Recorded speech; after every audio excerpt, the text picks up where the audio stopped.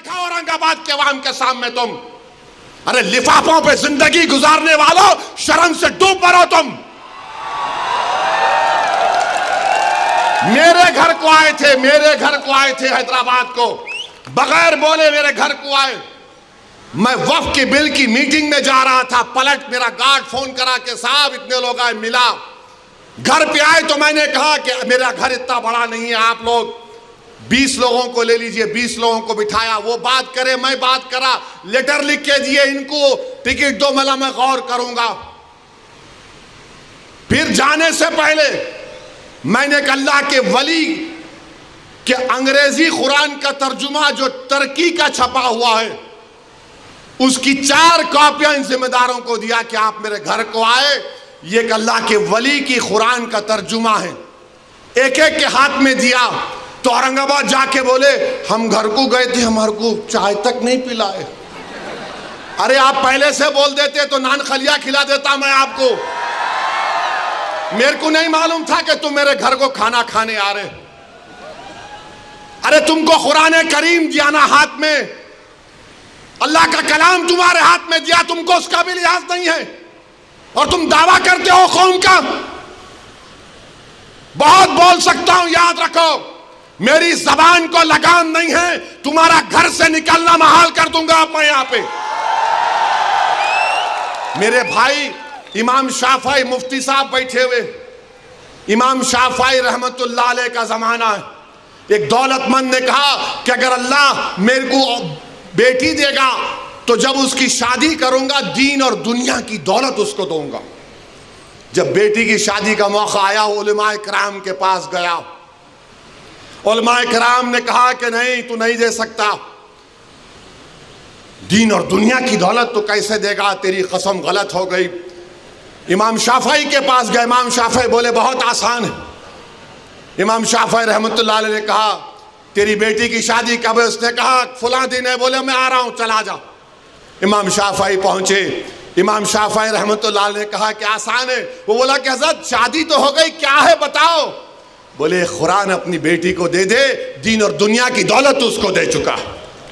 मैं उनको दिया, 4 कुरान दिया उनको और बोल के दिया कि आप मेरे घर को आए, मुझे पता नहीं है, मैं वकीलों की मीटिंग में जा रहा था, पलट कर आया आपके लिए, ये कुरान करीम का तोहफा आपको दे रहा हूं। अरे तुमको ओवैसी से, मजलिस से नफरत है, मगर कुरान करीम की तो अजमत का तुम लिहाज रख लेते। मैं ये बात इलेक्शन में बोल सकता था मगर खामोश बैठे रहा, मगर आज मजबूरन बोलना पड़ रहा है। याद रखो तुम लोग जो काम कर रहे हो ना, तुम महाराष्ट्र के मुसलमानों को ना सिर्फ कमजोर कर रहे हो बल्कि तुम उनकी आवाज का गला घोट रहे हो। अरे तुम इलेक्शन लड़ो, हम तुम्हारी तायीद करने को तैयार हैं। कब तक तुम ये सियासत करोगे?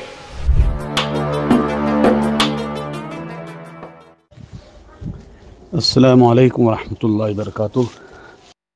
मैं इस ग्रुप में देख रहा हूँ भाई, सियासत के मौजू पर अभी तक बातें जारी हैं।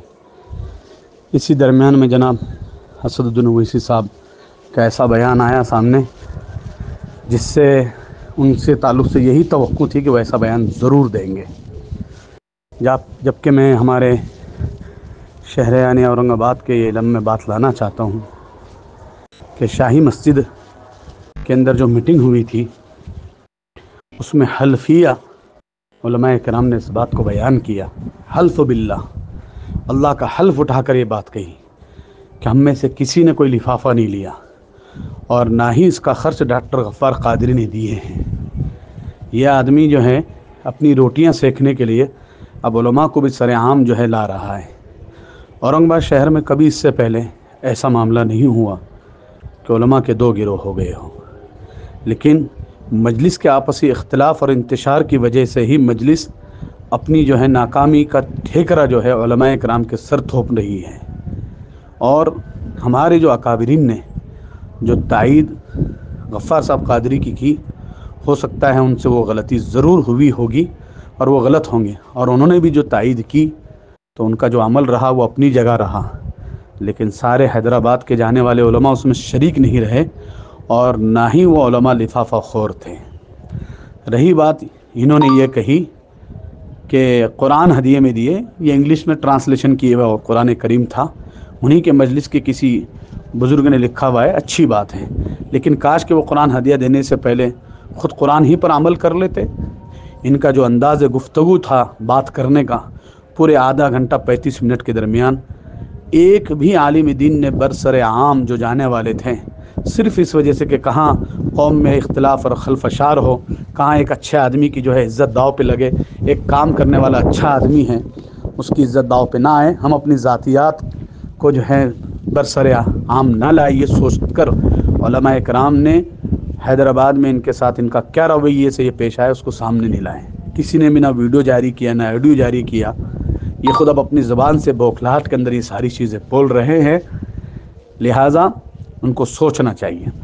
और ये तो बड़ी बड़ी बातें कर रहे थे, क्या औरंगाबाद में उलमा इकराम ने तायद के बावजूद मजलिस का कैंडिडेट नहीं आया, चलो ठीक है औरंगाबाद में ये मामला हुआ, पूरे महाराष्ट्र के अंदर इनकी पूरी सीटों का क्या हाल हुआ, सिर्फ वही एक सीट आई, इनका इज़्ज़त और लाज अगर किसी ने रखी तो एक आलिम दीन ने रखी, मुफ्ती इस्माइल साहब ने, और वो भी एक आलिम दीन की तायद से आए हैं, वरना पूरे महाराष्ट्र में तो मजलिस का खाता भी नहीं खुल रहा। क्या हुआ तुम्हें, तुम्हारी बाकी जगहों पर सीटें क्यों नहीं निकली, इसका जवाब दो ना। तुम अपनी नाकामी का ठिकरा आप उलमा के सर फोड़ रहे हो। तुम्हारे आपस का मजलिस का इख्तलाफ था और उस इख्तलाफ को ख़त्म करने के हमने बारहा गुजारिश की कि इसके अंदर सालिसी का रूल जो तुम अदा कर सकते हो कोई नहीं कर सकता। तो इनके अल्फाज थे मजलिस को कोई फ़र्क नहीं पड़ता, मजलिस का अल्लाह है, अल्लाह कर लेंगे। अब क्या हुआ, अब उलमा की तायद भी होने के बावजूद अल्लाह ने तुमको तुम्हारे तकब्बुर के नतीजे में बता दिया। तुम तो मिनिस्टर बनने वाले थे, तुम तो लाल गाड़ी में घूमने वाले थे, कहाँ गई वो तुम्हारी लाल बत्ती की गाड़ी? क्यों इतनी बड़ी बड़ी बातें करते हो, क्यों ये तकब्बुर की बातें करते हो? और याद रखो, मैं अहले इल्म उलमा से भी कहूँगा कि ये सियासी लोग किसी के नहीं होते हैं। ये शहर औरंगाबाद के उलमा का वो हाल कर देंगे कि तुम तसव्वुर नहीं कर सकते हैं। मजलिस इत्तेहादुल मुस्लिमीन कोई अमीरुल मुस्लिमीन खलीफतुल मुस्लिमीन की कोई जमात नहीं है कि हमें कोई अमीरुल मोमिनीन का इंतखाब करना है। ये एक सियासी पार्टी है, ये भी सारे सियासी हरबे इस्तेमाल करते हैं, बराबर पेटियाँ भर भर के पैसे जहाँ पर मांडोली इनको करना है सारे करते हैं और उलमा को बदनाम कर रहे हैं। जबकि उलमा ने हल्फिया बयान दे दिया है कि हम में से किसी ने भी लिफाफा नहीं लिया। खुदा का हलफ लेने के बाद अब किसी को इश्काल नहीं होना चाहिए और किसी को एतराज़ करने का कोई हक़ नहीं होना चाहिए। इशाअतुल क़िराअत यूट्यूब चैनल को सब्सक्राइब करें और बेल आइकन के बटन को क्लिक कर लें।